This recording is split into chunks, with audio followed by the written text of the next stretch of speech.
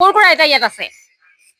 আমাৰ ইয়াত গুৱাহাটী, ডিব্ৰুগড়, গোলাঘাট, তিতাবৰ আৰু যোৰহাটৰে আছে আৰু তিয়কৰ। আইতাসকলৰ বয়সটো তেখেতসকলৰ ৬০ৰ ওপৰৰ পৰা আমাৰ ৯৭ বছৰ বয়সলৈকে বৃদ্ধা আইতাসকল আছে। তেখেতসকল শাৰীৰিকভাৱে কিছুমান সুস্থ, কিছুমান অসুস্থ। আৰু আমি যেতিয়া সাৰথিখন প্ৰতিষ্ঠা কৰি তেখেতসকলক গোটাই আনি আমি এটা পৰিয়াল হিচাপে বসবাস কৰিছোঁ, তেখেতসকলৰ প্ৰতি আদৰ যত্ন কৰাটো আমাৰ প্ৰথম দায়িত্ব। তাৰপিছতে এই মোৰ দায়িত্বত বিশেষভাৱে সহায় কৰি আছে অম্লান নেওগ আৰু লক্ষ্যজিৎ নেওগ। লক্ষ্যজিৎ নেওগৰ নিজৰ ঘৰ ইয়াত নহয় যদিও আইতাহঁতৰ মোহত পৰি তেওঁ ঘৰলৈ ঘূৰি যোৱা নাই, মাজে সময়ে ছুটী লৈ যায় আৰু বিপদে আপদে নিশাই যেতিয়াই হয় আমাৰ এই সাৰথিৰ তিনিজন সাৰথি, এজন হ'ল জোন খান, তেওঁ ৰাতি 12 বজাও আহে, আৰু লক্ষ্যজিতে সকলো ক্ষেত্ৰতে মোৰ দায়িত্বত ইমান তেওঁলোকে সহায় কৰি আছে, য'ত নেকি মই দুদিনৰ কাৰণে আঁতৰি গ'লেও তেওঁলোকৰ ওপৰত নিৰ্ভৰ কৰি মই থাকিব পাৰোঁ। তেখেতসকলৰ আশীৰ্বাদৰ কাৰণে আছে। তেওঁলোকৰ কোনো ধৰণৰ ব্যৱসায়িক দিশ নাই বা কমাৰ্চিয়েল নহয় বা বহুতখিনি দৰমহা লৈ তেওঁলোকে ইয়াত কাম কৰা নাই। তেওঁলোকে মই যি পথেৰে আগবাঢ়িছোঁ তেওঁলোকে মোক অনুকৰণ কৰি সেই পথেৰে আগবাঢ়ি আহি আছে আৰু সহযোগিতা আগবঢ়াইছে অম্লানে।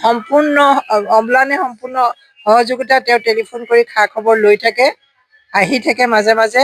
আৰু জোন খান আৰু লক্ষ্যজিতে হাড়ে হিমজুৱে অনুষ্ঠানটোৰ লগত ইমান জড়িত হৈ গ'ল যে তেওঁলোকে কোনো দিনটোৰ ভিতৰত 2 ঘণ্টা সময়ো আঁতৰি থাকিব নিবিচাৰে।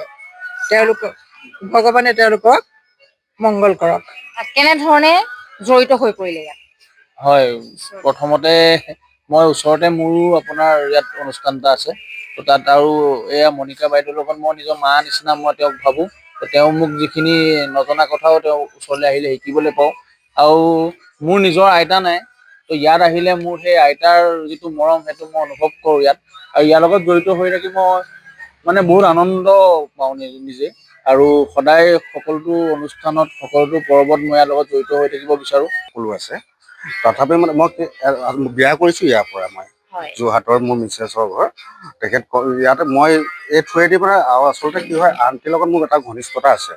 ঘনিষ্ঠতা কিয়, তেখেতৰ অৰিজিনেল ঘৰ আমাৰ লখিমপুৰতে হয়। সেই থ্ৰুৱেদি চিনাকি হ'লোঁ। চিনাকি হৈ নাই এনেকৈ নহয়, মই আইতাহঁতক বিশেষ তেখেতৰ লগত চিনাকি হোৱাৰ পিছত আইতাৰ লগত মই টাৰ্মছত আহিলোঁ। তেখেতে অহাৰ পিছত মোক ইয়াত মানে কি হ'ল, আপোনালোকৰ আইতাহঁতৰ মূৰটো মোক এৰিব নোৱাৰা হ'লোঁ। সেইকাৰণে মই আইতাহঁতকে মানে মই দিনটোৰ ভিতৰত ৰাতিপুৱা 8টা বজাত মই আহি ইয়াত যেতিয়া এপাক আহিব নাহোঁ, মোৰ মনটো মানে নকয় যে যাওঁ ব'ল আইতাহঁতক চাওঁগৈ, কিবা কৰোঁ, কি কৰোঁ, আইতাহঁতৰ লগত থাকোঁ, 24 ঘণ্টা তেনেকৈ থাকোঁ। মই ভাল এনেকৈ আছোঁ আৰু তেওঁক আমাকো সহায় কৰে ধৰক। আৰু আমি ইয়াত ইটো কামত মানে ব্যস্ত হৈ থাকোঁ আইতাহঁতৰ লগত। প্ৰতিটো কামত কিবা এটা দিনটোত ধৰক 2-3 বাৰ আহোঁৱেই। আৰু তাৰ উপৰিঞ্চি আইতাৰ লগত ধেমালি কৰোঁ। কিবা এটা মানে ঘৰুৱা টাইপৰ লাগে, নিজৰ ঘৰখন কেতিয়াবা পাহৰি যোৱাই হয়। ইয়াতে আহি অনুভূতি লাগি থাকোঁ আইতাৰ লগত। এই গানে বজনাই বিহু, ঈদ প্ৰতিটো উৎসৱে ইয়াত মানে পালন কৰা হয়। প্ৰতিটো বহুত ধুনীয়াকৈ কৰা